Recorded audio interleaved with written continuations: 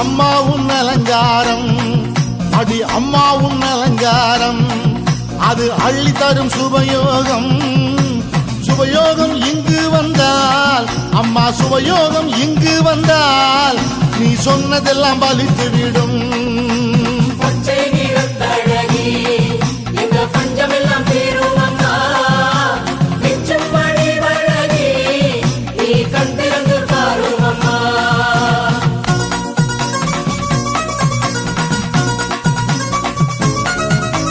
பார்த்தாலே கண் குளிரும், உன்னை பார்த்தாலே கண் குளிரும். இங்க பார்வதியே வாரும் அம்மா, பார்வதியே இங்கு வந்து, அம்மா பார்வதியே